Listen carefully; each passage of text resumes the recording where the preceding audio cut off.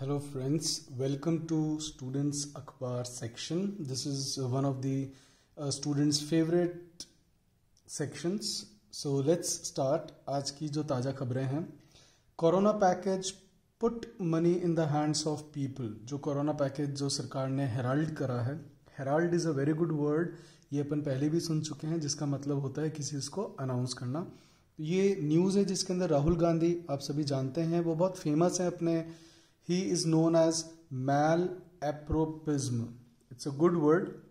जब आप शब्दों का थोड़ा आपके गलती से कुछ गलत वर्ड निकल जाते हैं, जैसे कि 35 या 2,50,50,000, he has done many glitches in his speeches, right? तो जो राहुल गांधी है, उन्होंने कहा है कि जो सरकार है उसको लोगों को पैसा put money in the hands of people. अब इसके अंदर उन्होंने कहा है government should not act as money lender. Government को एक साहूकार की तरह एक्ट नहीं करना चाहिए. मेरा जो बीच में क्वेश्चन है वो यह है कि उसको हम क्या कहते हैं. One who lends at high interest, जो बहुत हाई इंटरेस्ट पे पैसा देता है, उसको हम क्या कहते हैं. This is one word substitution. You have to tell me that, right? Okay. उन्होंने कहा है इंस्टेड, आपको मुझे मतलब बताना, वैसे मैं बता ही देता हूं कि इंस्टेड का मतलब होता है के बजाय. तो इंस्टेड की के बजाय सरकार को शुड एड पहले भी अपन देख चुके हैं, दैट इज मदद देम विद डायरेक्ट कैश. तो राहुल गांधी ने कहा है कि सरकार को उनको मनी लेंड करने की बजाय मदद करनी चाहिए डायरेक्ट कैश देकर. और ही अपील टू पीएम, उन्होंने पीएम से अपील करी है to ruminate. Ruminate is a good word. Ruminate का मतलब होता है किसी के ऊपर चिंतन करना, कि वे चिंतन करें ऑन इकोनॉमिक स्टिमुलस पैकेज. ये जो economic stimulus is a good word. That is किसी को आगे बढ़ाना है, किसी को शुरू करना, that is called stimulus, right? जैसे कि जो रोटी है, it is N स्टिमुलर, it stimulus dogs saliva. तो जो कुत्ते की लार है उसको चालू, जैसे आप उसके सामने हड्डी या करते हो, तो it is N stimuli and it stimulus it's what you call saliva, right? So stimulus होता है किसी चीज को शुरू करना. तो जो इकोनॉमिक को जो बढ़ावा देने का, शुरू करने का जो पैकेज अभी इन्होंने हेराल्ड करा है, उसके ऊपर ही उनका कमेंट आया था. और उन्होंने कहा है इससे होगा क्या, सो दैट जितने भी जो वल्नरेबल सेक्शंस है, vulnerable is a good word. ये मैंने इसका मीनिंग नहीं लिखा है, ये आपको मुझे बताना है. वैसे आप यहाँ पे समझ गए होंगे, वल्नरेबल बच्चों को पता भी है, और ये आप वर्ड बहुत बार सुनते हैं. वल्नरेबल होता है जिसको आप आसानी से क्षति पहुंचा सकते हो, which can be harmed easily, कमजोर, राइट? जैसे कि आपने देखा होगा जब टेररिस्ट हमला करते हैं तो आता है, अगर उन्होंने महिला या बच्चों को मारा है तब आता है that they have attacked the vulnerable section of the society. तो समाज का जो हमारा कमजोर पक्ष, जिसको हम कहते हैं कि यस दे आर, बूढ़े, बच्चे, बुजुर्ग, महिला जो है, right? So that is they are, it is not offensive, but yes ऐसे लिखा था vulnerable section. So females kindly don't be offended with this vulnerable word.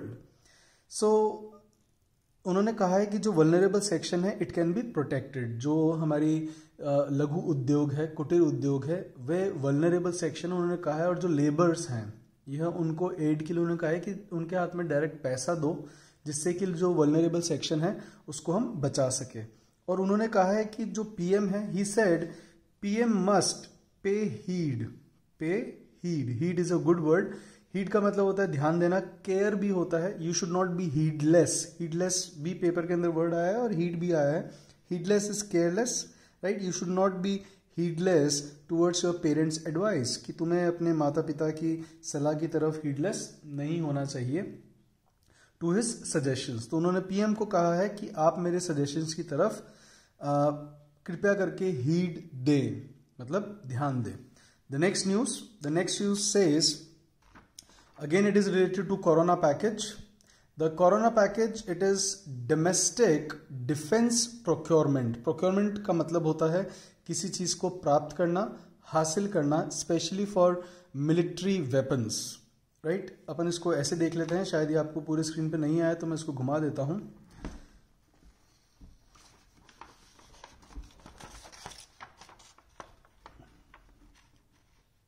Okay.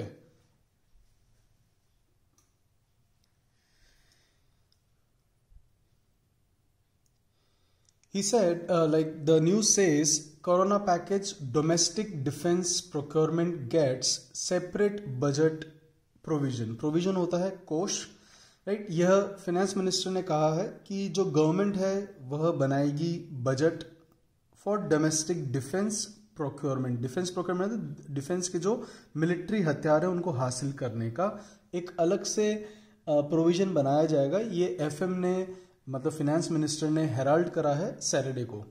और यह एक एफर्ट है. It is an effort to promote indigenous manufacturing. और यह एक कोशिश है. It is an effort to promote indigenous. जैसे कि आपने सुना ही होगा, अभी हमारे आदरणीय प्रधानमंत्री मोदी जी ने कहा था कि आत्मनिर्भर बने. So it is a step towards that we should be indigenous. हमें इंडिजिनस बनना है. नेक्स्ट उन्होंने कहा है कि new law for contract farming in the third tranche of economic stimulus package. जो थर्ड ट्रांच का मतलब होता है कोई हिस्सा, कोई पोर्शन. तो उन्होंने अपने थर्ड हिस्से, जो आर्थिक बढ़ावा देने वाला जो पैकेज है, उसके थर्ड हिस्से के अंदर उन्होंने घोषणा करी है ये वाली. और उन्होंने कहा है कि एक नए तरह का कॉन्ट्रैक्ट दिया जाएगा अब वेपन्स के लिए, राइट. इससे होगा क्या, थोड़ा सा मैनेज कर लीजिएगा. थोड़ा सा स्क्रीन, अभी आपको पता है लॉकडाउन है तो lack of resources. So that's why I am not able to. Yes, new it will curb the import of weapons. और यह कर्ब करेगा. कर्ब का मतलब मैं यहां लिख देता हूं. कर्ब करने का मतलब होता है किसी चीज को कंट्रोल करना, किसी चीज को रोकना, चेक या control, right. So it will curb the import of weapon. जो वेपन्स बाहर से मंगाते हैं यह उस चीज को कर्ब करेगा, रोकेगा. यह आप वर्ड बहुत बार न्यूज़पेपर्स में पढ़ोगे, कर्ब. कर्ब का मतलब होता है टू चेक और control, right. The government is about to curb the illegal supply of drugs. The government is about to curb the prostitution. The government is about to curb the bhumafia, right. So curb is a good word. And it will boost the indigenous weapons. और यह boost करेगा indigenous weapons को. Boost का मतलब भी होता है encourage, stimulus करना, और इंडिजिनस जैसे कि स्वदेशी, right. And I also appeal that kindly adopt indigenous products. Okay, the next we have is Rajasthan peasants or farmers. ये आपको मुझे डिफरेंस बताना है. What is the difference between a peasant or a farmer? To get loan at 3% interest. Rajasthan सरकार ने यह घोषणा करी है कि अब जो फार्मर्स हैं, जो किसान हैं, उनको 3% इंटरेस्ट पर लोन मिलेगा. And it is a measure to prevent distress sale of crops. आपको पता ही है कि अभी जो बहुत ही पीड़ादायक उनकी जो सेल है, मतलब कि अभी तक क्रॉप्स की जो सेल है बहुत ही दर्द भरी हो रखी है. मतलब उनको बहुत पीड़ा है इस चीज़ की, क्योंकि उनकी जो क्रॉप्स है वो अभी लॉकडाउन के दौरान नहीं बिक पा रही है. और यह उसी को रोकथाम के लिए एक स्टेप उठाया गया है. इसके अंदर कहा गया है कि सब्सिडाइज्ड इंटरेस्ट, सब्सिडाइज मतलब कम छूट वाला इंटरेस्ट, उनको रेट दी जाएगी 3% विद देयर प्रोड्यूस हाइपोथिकेशन. उनको यह इंटरेस्ट रेट 3% पे दी जाएगी. और जो लोन है यह दिया जाएगा जब वह प्रोड्यूस कर देंगे, मतलब सामने ला देंगे हाइपोथिकेशन. हाइपोथिकेशन क्या होता है? गिरवी रखना. आपको मुझे इसके 2 सिनोनिम्स ही बताना है या 3 भी बता सकते हो कि हाइपोथिकेशन या गिरवी रखने के 3 सिनोनिम्स क्या होते हैं. ओके. और यह जो स्कीम है सरकार की, यह फैसिलिटेट करेगी, मदद करेगी किसानों को मार्केटिंग और डिसेंट्रलाइज होता है विकेंद्रीकरण. सेंट्रलाइज मतलब केंद्र और डिसेंट्रलाइज मतलब विकेंद्रीकरण. जब आप किसी चीज को या किसी पावर को आप विखंड कर देते हो, जब आप छोटे छोटे खंडों में उनको बांट देते हो, राइट. तो ये मार्केटिंग और डिसेंट्रलाइज करेगी उनकी क्रॉप्स को हासिल करने. मतलब अब एक की बजाय ये काफी सारे आपको जो क्रॉप्स है वह बेच पाएंगे और आप लोग हासिल कर पाओगे. प्रोक्योरमेंट का मतलब होता है हासिल करना. गवर्नमेंट विल बेयर, BEAR, जो गवर्नमेंट है वह बेयर करेगी 7% interest on loans from farmer. जो फार्मर्स को लोन दिया गया है उसमें से 7% जो है उसका इंटरेस्ट, जो पहले 2% हुआ करता था, अब जो किसान वेलफेयर फंड से दिया जाता था पहले यह 2% होता था, नाउ इट इज 7% गवर्नमेंट इसको बेयर करेगी. So it is a good news for the farmers. और they would get interest subsidy if they repaid in the stipulated time. उनको सब्सिडी और मिलेगी इंटरेस्ट के अंदर, उनको इंटरेस्ट के अंदर और सब्सिडी दी जाएगी अगर वह लोन को रीपे करते हैं इन द स्टिपुलेटेड कॉन्ट्रैक्ट, या संधि जो होती है उसको हम कहते हैं स्टिपुलेटेड. मैंने आपके लिए नीचे वापस इसकी स्पेलिंग लिखी है, STIPULATED, राइट. दैट इज किसी कॉन्ट्रैक्ट के तहत जो हमने टाइम डिसाइड करा था, स्टिपुलेटेड टाइम, उसके तहत अगर जो किसान भाई हैं अगर वो पे कर देते हैं अपना लोन तो उनको सरकार और इंटरेस्ट में छूट देगी. नेक्स्ट जो खबर आ रही है that is from the Mumbai, जो कि अभी सबसे बड़ा हॉटस्पॉट बना हुआ है कोरोना के लिए. Dharavi reports 53 more cases. Dharavi में अभी 53 और नए केसेस आए हैं. Number of corona cases have surged. जो कोरोना के केसेस हैं वो सर्ज हुए हैं धारावी के अंदर, जो कि एशिया की सबसे बड़ी स्लम है. स्लम होता है झुग्गी झोंपड़ी, राइट. तो ये जो सबसे बड़ी झुग्गी झोंपड़ी है वहां पर अभी और 53 केसेस आए हैं. आपको मुझे बताना है कि what is the difference between a number and the number, कि अ नंबर और द नंबर लगने से क्या फर्क होता है, ये आपको मुझे कमेंट बॉक्स में बताना है. और जो डेथ टोल है इन्हीं 53 केसेस के बावजूद भी जो डेथ टोल है वो अभी भी 53 ही बना हुआ है. वहां पर केसेस है 1190 के आसपास, लेकिन जो डेथ टोल है वह 53 पे रुका हुआ है, right. No let up in cases of death. Kindly tell me what is the meaning of this phrasal verb let up, right. Dharavi का जो ज्योग्राफी है, धारावी की ज्योग्राफी और जो डेंसिटी है, इट पोज, ये दोनों मिला के पोज करते हैं एक चैलेंज. पोज का मतलब होता है कुछ सामने प्रकट करना.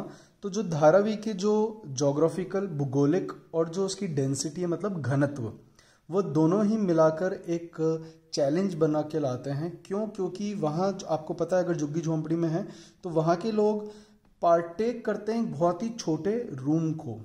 दे partake very trivial rooms with their family. और पार्टेक के साथ हमेशा जो प्रेपोजिशन आती है दैट इज ऑलवेज विद. ये हमेशा ध्यान रखें, ये यहाँ पे नहीं आएगी. अगर मैं सेंटेंस को आगे बनाता तब वह वहाँ पर आती, partake trivial rooms with their family, right. लेकिन अभी इसमें नहीं आएगी. इसका एक ही तरीका बताया गया है जो कि वहाँ के म्यूनिसिपल कमिश्नर ने बताया है, that is strict quarantine is the only remedy. Remedy मैं पहले भी आपको बता चुका हूँ. रेमेडी का मतलब होता है सोल्यूशन. उन्होंने कहा है कि केवल स्ट्रिक्ट क्वारंटाइन ही है जो कि केवल इसका एकमात्र सोल्यूशन है, एकमात्र रेमेडी है to break the chain. Break is snap, ये अपन ने पहले भी देखा था. It is a revision as well. अगर आप लगातार वीडियोस देखते रहेंगे तो उससे फायदा क्या होता है बच्चों, कि अगर आप कंटिन्यूसली वीडियोस देख रहे हैं तो आप देखेंगे कि मेरे बहुत सारे वर्ड्स रिवाइज भी होते हैं. और अगर आप सुनते हो ढंग से कान लगाकर विद ईयरफोन्स और with good sound, then you will find कि आपको सेंटेंस पढ़ने की भी जरूरत नहीं है अगर if it is a story. हाँ, न्यूज़पेपर है इसलिए मैंने सारा कुछ इंग्लिश में लिखा है. It will help you in your passages, cloze test and rearrangement. So kindly just don't let it go. ये जो आपके लिए मैंने पूरा इंग्लिश में लिखा है ये इसलिए लिखा है कि अगर आप साथ साथ पढ़ते हैं तो आपका दिमाग फटाफट फटाफट पढ़ता भी जा रहा है और मैं हिंदी में इसको कन्वर्ट करके आपको समझाता भी जा रहा हूँ. तो वन फाइन डे, एक दिन ऐसा होगा जब आप स्वयं न्यूज़पेपर खुद जब पढ़ेंगे तो आपको वो ज़्यादा समझ में आएगा. और जो ये न्यूज़ सेक्शन चालू करने का मेरे पीछे पर्पस यही है कि जब आप न्यूज़पेपर पढ़ें तो आपको ज़्यादा से ज़्यादा न्यूज़पेपर समझ में आए और आपको लगे कि यस मैं कुछ इससे अब समझ पा रहा हूँ. The next is very interesting news. यह हमारे डिप्सोमनिक एंड टिपलर ब्रदर्स एंड सिस्टर्स में भी उनके लिए है. इट्स अ गुड न्यूज़ कि एल्कोहलिक अनोनिमस, ये आज मैंने खुद ने भी आज ही पढ़ा है कि जो एल्कोहलिक अनोनिमस है यह एक ट्रस्ट है, यह एक बोर्ड है जो कि जो एल्कोहल से जो जूझ रहे हैं उनकी अज्ञातता रखते हुए उनको ट्रीटमेंट और उनको सॉल्यूशंस देता है. आप खुश ना हो, ये उनको लिकर सप्लाई नहीं करता है, उनको ट्रीटमेंट देता है, राइट। ओके, सो ये कह रहे हैं कि अनाउंसेस हेल्पलाइन ड्यूरिंग लॉकडाउन। तो हेल्पलाइन नंबर दिए हैं कि अगर किसी को प्रॉब्लम हो रही है, राइट, क्या क्या प्रॉब्लम होती है अपन देखेंगे। ये जो board of trustee of alcohol anonymous, anonymous होता है अज्ञातता, यह बहुत बार पेपर्स में पूछा गया है, एसएससी में भी पूछा है, आपके सीडीएस में भी आया है, आपके हाई कोर्ट में भी आया है, आपके सभी पेपर्स में आपको ये वर्ड मिल जाएगा।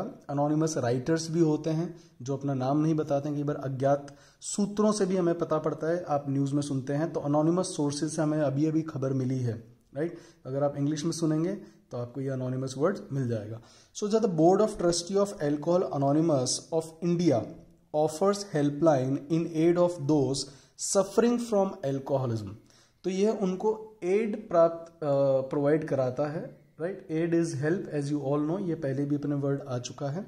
तो ये उनको एड प्रोवाइड कराता है हु आर सफरिंग फ्रॉम, सफर के बाद कौन सी प्रेपोजिशन आएगी, इसको ध्यान रखें, सफरिंग फ्रॉम, जो एल्कोहलिज्म से, जो नशे से जूझ रहे हैं, सफर कर रहे हैं, ये उनको मदद प्रोवाइड कराता है।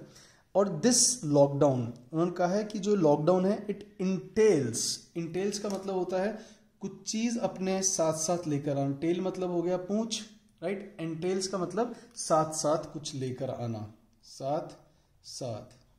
जैसे कि आपको पता है राजस्थान के अंदर आंधी अपने साथ साथ कई बार बारिश भी लेकर आती है, तो you can say that sandstorms brings और एंटेल्स रेन, राइट, और rain is entailed by sandstorms. चलिए, जो उन्होंने कहा है कि जो लॉकडाउन है एंटेल्स नॉन अवेलेबिलिटी, जो लॉकडाउन है वो अपने साथ साथ लेकर आया है non availability of alcohol and it may be blessing in disguise, और यह एक ब्लेसिंग इन डिस्गाइज हो सकता है। ये मैंने पहले ही मुहावरा आपके साथ शेयर करा था। ब्लेसिंग इन डिस्गाइज का मतलब होता है जो हमें स्टार्टिंग में बुरा लगे बट उसका जो फल है वो बहुत अच्छा आता है, राइट। जैसे हमें पेरेंट्स की कई बार हमें डांट बहुत बुरी लगती है बट अल्टीमेटली वो हमारे भले के लिए होती है। So that phrase means blessing in disguise. तो it may be blessing in disguise who may और वांट टू क्विट लिकर, जो सही में छोड़ना चाहते हैं उनके लिए it is a blessing in disguise. इसके सिम्टम्स, जो छोड़ना चाहते हैं, मतलब जो अभी एल्कोहलिज्म से ग्रस्त हैं, they are suffering from it because of lockdown, उनके सिम्टम्स जो होते हैं छोड़ने के या नहीं मिलने के, दैट इज एंग्जाइटी, चिड़चिड़ापन होता है, रेस्टलेसनेस, घबराहट, राइट, क्रेविंग, क्रेविंग इज तलब, you crave for T sometime, जैसे आप सवेरे उठते हो you crave for T. Tremors, tremors होता है कंपन, जब हाथ कांपना, आपने देखा हो कई बार जो उनके हाथ कांपते हैं। Palpitation, palpitation is a good word जो कि सांस से रिलेटेड होता है। पैल्पेबल, राइट, कई बार आप किसी की फोटो पे भी आप कमेंट करते हो पैल्पेबल, मतलब सांस रोक देने वाली फोटो, राइट, मतलब जो बहुत ही अति प्रिय दिख रही हो, बट यहां पर है सांस फूलना। या फिर पुअर एपेटाइट, एपेटाइट होता है पाचन, भूख, इसको हम कहते हैं एपिटाइट। जैसे कि जो गोलगप्पे होते हैं दे आर गुड एपिटाइजर्स, वो आपके पाचन और आपकी भूख को बढ़ाते हैं, जो स्टार्टर्स होते हैं। इसलिए आप जब भी किसी नप्शियल में जाते हो तब जब वहाँ पर जो स्टार्टिंग के अंदर आपको स्टार्टर्स के अंदर गोलगप्पे वगैरह खिलाए जाते हैं वो आपकी भूख को बढ़ाने के लिए होते हैं, right. Salad is also a good appetiser.